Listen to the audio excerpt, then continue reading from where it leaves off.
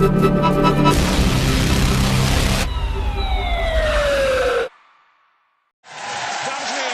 one, the only LaToya Jackson!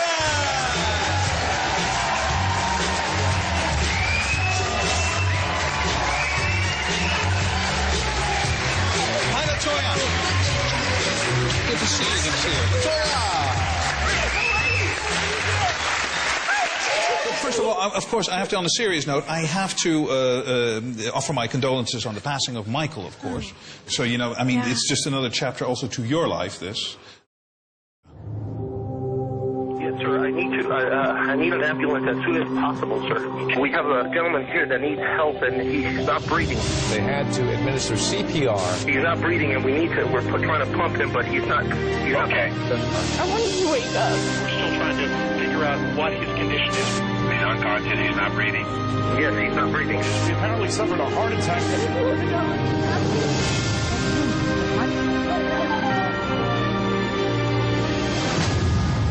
My brother, the legendary king of pop, Michael Jackson, passed away on Thursday, June 25th, 2009 at 2:26 p.m.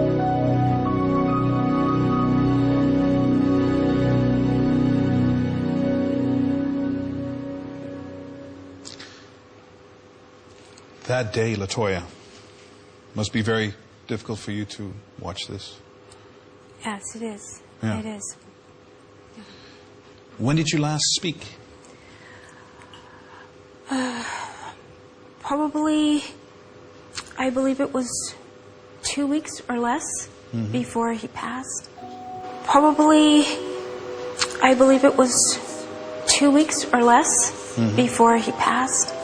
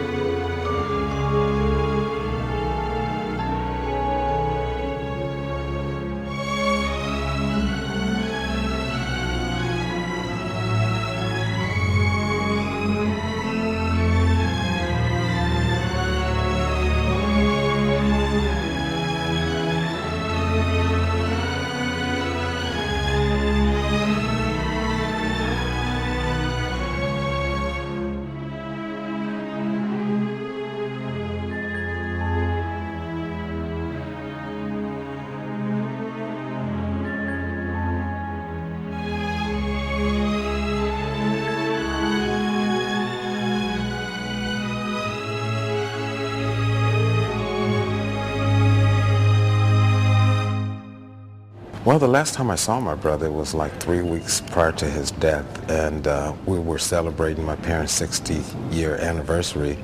So we had a exclusive family dinner with all the grandkids, great-grandkids, and my mom and dad's kids, my brothers and sisters as well. And I saw him there, and the last thing he said to me is, I told him I loved him, and he told me he loved me more, and which is something he always says.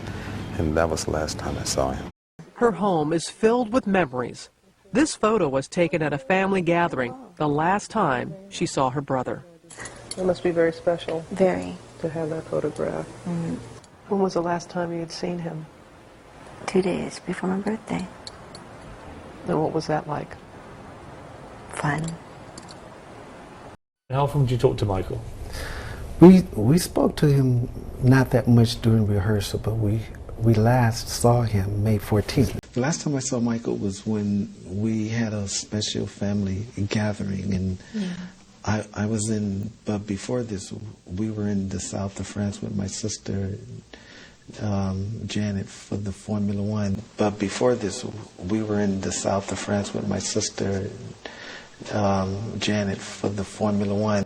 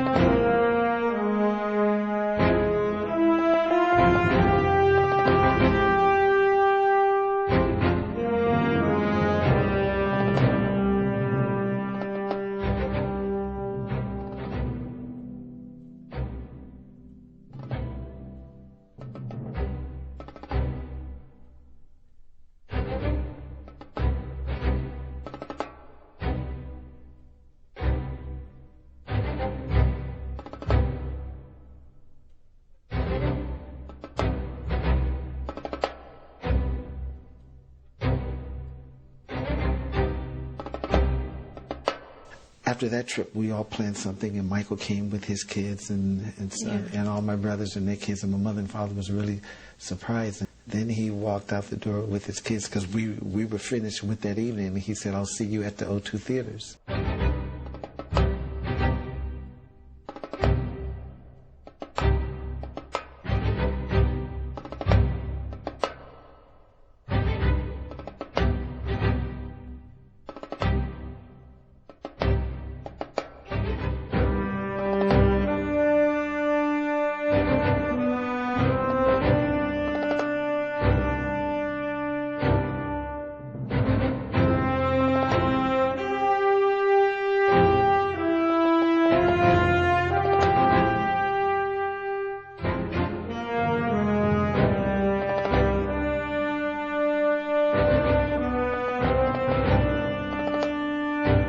When did you last speak? Probably, I believe it was 2 weeks or less before he passed. 2 weeks or less. 2 weeks or less. Michael did have a problem. He was clean. The drugs that were found in his body was the drugs that they had given him. So he was working very hard on that, and he was clean. But that and night... we intervened quite a few times, of course, the family with him. You and did. my father never gave up.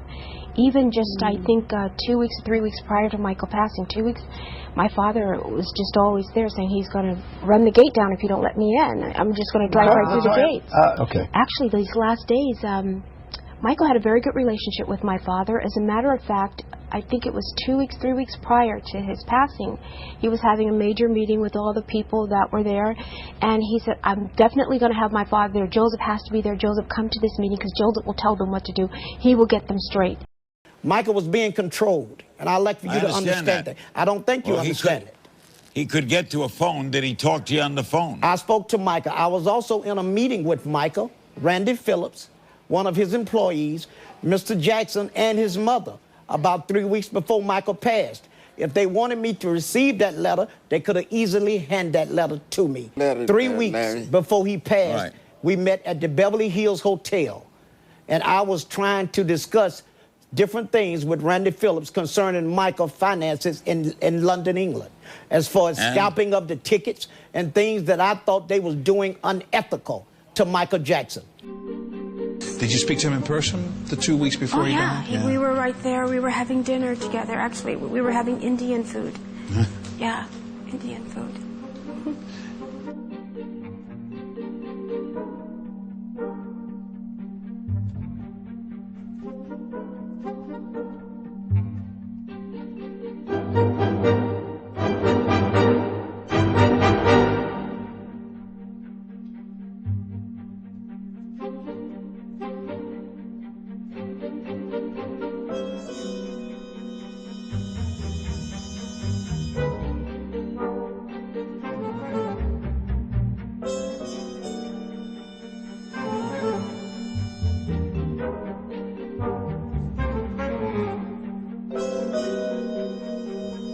Michael was very much a family person, loved his mother and father, loved his brothers and sisters.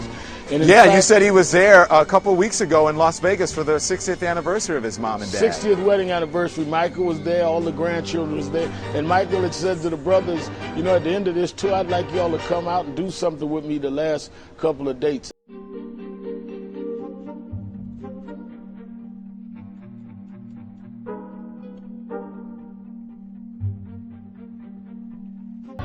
There had been talk to us about the 60th, your 60th wedding anniversary. As I understand, in Las Vegas a couple of weeks ago, the entire family was there, and Michael said that he had wanted the members of his family to come help out. My birthday?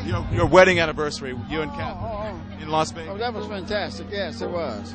A lot of people were there, and a lot of people I was glad to see.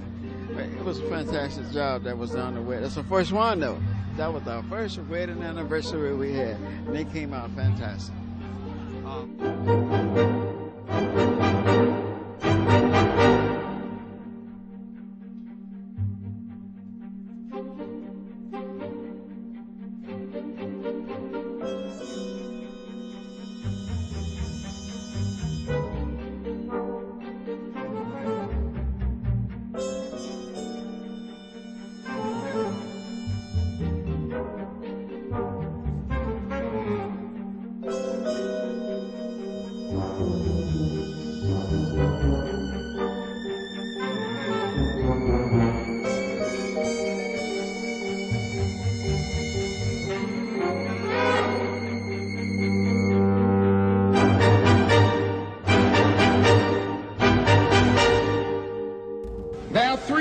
In the Greek language for love.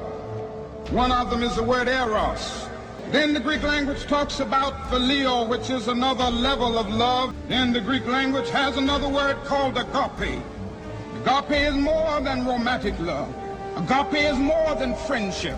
Agape is not something affectionate.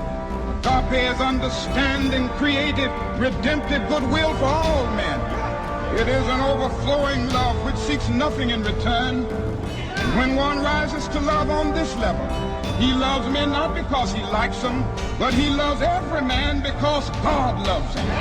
He goes on with that. So he rises to the level of hating the system rather than the individual who is caught up in that system. He loves the person and hates the evil deed. And I think this is what Jesus meant when he said, love your enemies. And somehow, more and more I've come to believe this. It means that we can stand up, allow the opposition to know that we will not accept injustice. We will stand up against it with our lives, but we will never stoop down to the level of violence and hatred. What's next for you guys? We've got a lot that's fixing to happen, but I can't announce it right now, okay?